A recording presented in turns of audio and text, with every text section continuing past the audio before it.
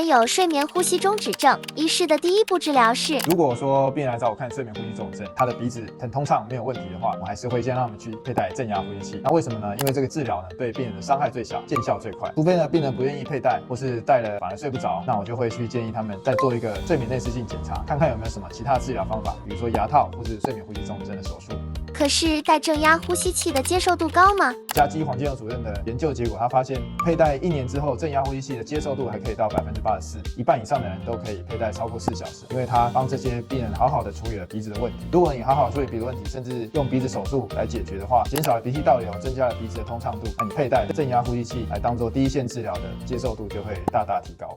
追踪徐医师，一夜好眠不打呼。